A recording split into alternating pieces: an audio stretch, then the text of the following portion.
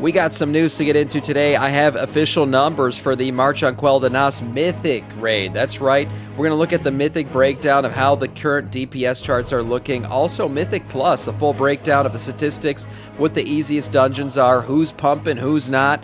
Let's just go ahead and dive straight in. A quick news run around before we get into that. We got another world boss active today, post reset. His name is Predaxis. That's right, the three-headed gobbler himself. And you can go kill him out in Voidstorm. So make sure you go do that. Get your free piece of account-bound champion gear for that alt you never play. March on Quell de Nas, Raid Finder, and Story Mode are also now available for the people out there who don't like to play this game the way it's intended to be played. So go out there, do your Raid Finder, get your minimum 220 item level before you get in there. That's the only way you'll be able to queue for this thing. If you don't want to worry about that and just want to play it on an even easier mode, you can, of course, go run through Story Mode, right?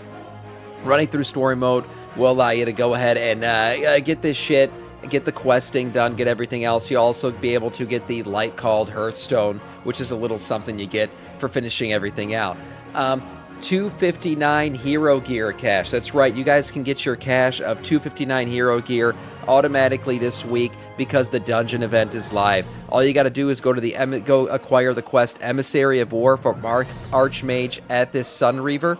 Getting that will allow you to do the whole complete 4 dungeons and get your cache. Again, this is heroic raid gear, non-tier raid gear that you can get from this cache. All you got to do is complete 4 dungeons. Now, Mythic Zeros, Heroics, and Normals all count, and actually there is a buff to the end of dungeon loot for all of those things through the Sign of the Warrior buff this week, so you can get extra loot. That buff does not apply to Mythic Plus dungeons, so if you're worried about...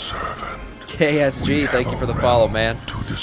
Welcome to our Scourge. If you don't give a shit about your vault and you just want to do those things for the extra gear because right now you're not geared enough to actually, push keys very high, then you could do it that way. But honestly, the correct way to do this is just do Mythic Plus runs. It counts towards the quest, and you're filling out your vault at the same time, and you'll get your free cash. So, a nice little boost to dungeon running this week. Algathar Academy is a little bit easier by 1 minute as well. A quick little hotfix went into effect during reset. It is now a 30-minute timer rather than a 29-minute timer. So if you are running low on completing this thing, we're going to look at completion rates here in a second. But now you got 1 extra minute to finish this dungeon out in particular. Arena World Champions also begins. So the kickoff for Arena World Championships has begun. Man, this thing brings back nostalgia for me. Every time Arena World Championships kick off, I remember seasons 2 and 3 when I was a Gladiator champion. I'm just not as quick as I used to be in this game anymore, so I can't. I don't compete in these things anymore. But back in the day, your boy Sam, he was a freaking gladiator, believe it or not. So these AWC Cups are kicking off. That's right, we got the first round and everything, the brackets up and running. April 10th, the first round of the Cup actually begins. So check it out if you want to on Twitch or YouTube, World of Warcraft's live channel. We'll have this thing up and running if you want to check it out. The final quest line, believe it or not, guys, that's it. Midnight's wrapped up. Well, at least the main storyline for the start of Midnight is we're starting to get some little story breadcrumbs that are going to lead us into the Last Titan. But for now, we have the final chapter of Midnight's endgame raid campaign now available. When you guys log in post-reset, you'll be able to do the Reconciliation questline. This thing will take you through Silvermoon, how they're going to deal with the Sunwell. I'm not going to give you guys any spoilers, but you go make friends with all the elves, and everybody learns how to live in Silvermoon and peace and prosperity. And there's something they're going to do with the Sunwell. Now the Dark Well, right? So it's the Sunwell, now the Dark Well. We'll see what kind of well it becomes after all these quest lines are completed. But you can go ahead and do that now, post-reset. And now it's time to dive into the numbers, boys. The moment you've all been waiting for. Since the first week of Mythic Raid was now open, we can finally look at the full breakdown of DPS charts, what the numbers look like, how's everyone panning out, and get into this shit. So let's check this out. We have our overall damage for raid. Okay, overall damage for raid, we're looking now at how the breakdown looks. This includes AoE and everything else, and we see Devourer, Demon Hunter sitting at the very top, having a great old time there. Devourer, Demon Hunter, the new class, the new spec, I should say, for this expansion, doing really well right now. There were a couple changes that went into effect for them, and I think everything's just hitting right. They're hitting their stride. So Devourer's doing really good. Survival Hunter just behind them. Demonology Warlock, Marksmanship Hunter, Augmentation Evoker, Furry Warriors making a big comeback so far. That looks pretty good for them. Devastation Evoker. We got 2 Evokers sitting in the top 10. Look at that, man. Evokers are eating well this expansion. Havoc Demon Hunter right behind them. Arms Warrior, Destro Warlock, Shadow Priest, and then Retribution Paladin hitting that midway mark. If we start from the bottom here, we see Frosty K. To move my little camera. Frosty K sitting at the bottom. Feral Druid, Ass Rogue, Enhancement Shaman, Elemental Shaman. As good as Augmentation, as good as the Evokers are doing, Shaman's doing the opposite. Man, look at that shit, DPS. What the hell? Outlaw Rogue, Sub-Titty Rogue. Look at the bottom. Okay, look at the bottom ones right now. This is pretty stacked up. I don't know if I've ever seen this before.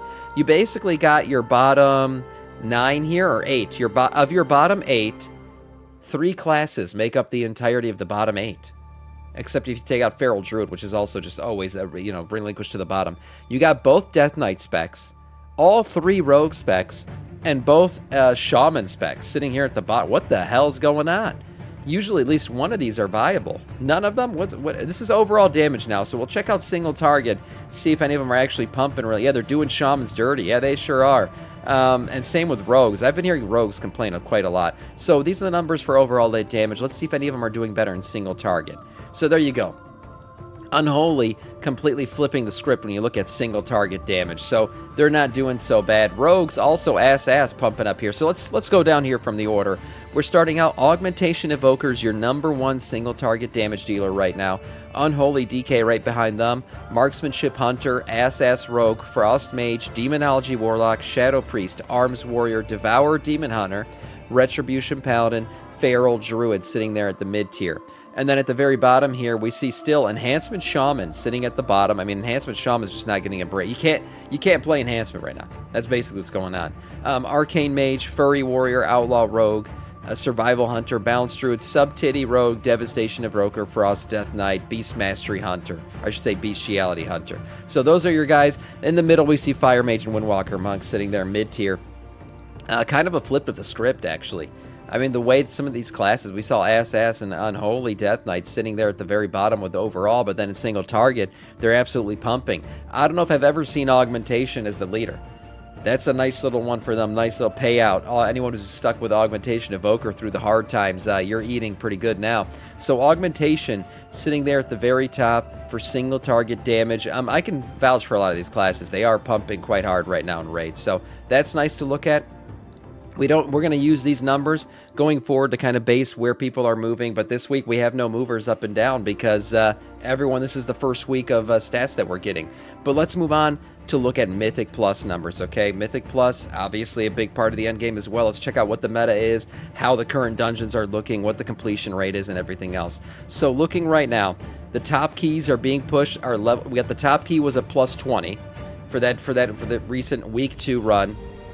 That group was made up mainly of Brewmaster Monks, Unholy Death Knights, Restoration Druids, Augmentation Evoker, no surprise there, we just said they're doing great, Demonology Warlock, and Devour Demon Hunters. So those are your guys. What was the healer? Yeah, Restoration Druid, S-tier healer right now, and Brewmaster Monk, no surprise there. They are currently the best tank in the game. So looking across the board, this meta is kind of what we expected. Looking at the DPS charts and everything else, and then knowing that Brewmaster Monk and Restoration Druids are their respective roles sitting currently at the best. Let's look at the current runs, right? The run breakdown.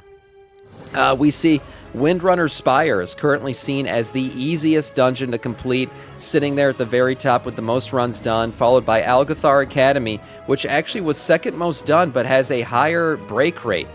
Less people completing this one, but still an overall completion rate that's really high. You'll notice that that's a theme across the board here. People are completing these things at like record rates right now for an early season run. It's just an easier season overall.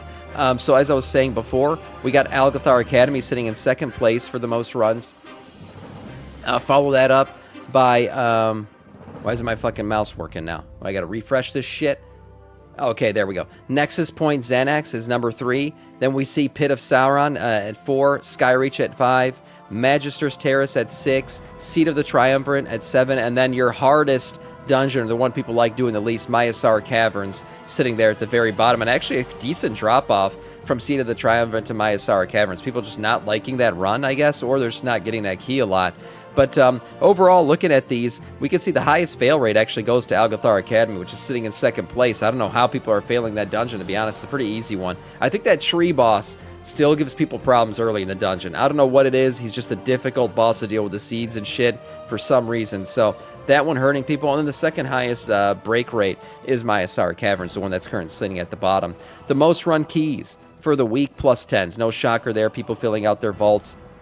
That is by far and away the highest key runs right now. The highest key we've seen, what is this, completed? A Mythic 17. I think there were some 20 runs, but 17 looks like the highest rate of keys being completed at a decent number. For the most part, the majority of WoW players right now are doing +10s, 11s, and 12s. It seems like 90% of the player base at least doing those. Mythic Plus participation for week 1 to week 2. There's a participation drop off, but that's not a surprise because the raid's opening up and everything else. A lot of people are raiding right now, so there's a slight drop off from week 1 to week 2, but I don't think that's anything to worry about. Overall, looking at these numbers, I think it looks like a decently healthy season so far. The good completion rates. You know, Blizzard said they would make this shit easier post add-ons, so I think they're having a good time with the way they kind of balance things out. We just saw Algathar Academy get a little 1-minute boost, so maybe we'll see better completion rates for that one. That's probably actually why they put that change in. Myasara Caverns is cancer. Yeah, it looks like people aren't enjoying that one. And then I really tried to like Aug Evoker, but there's something weird about their rotation, no fluidity. I don't know if it's a reactionary. I'll be honest, I've never played Augie at all. That's why people, Academy got the 1 extra minute. Yeah, that's exactly what I was saying, J-Mal. It makes sense why Blizzard made that change that we were just talking about, adding the 1 minute there.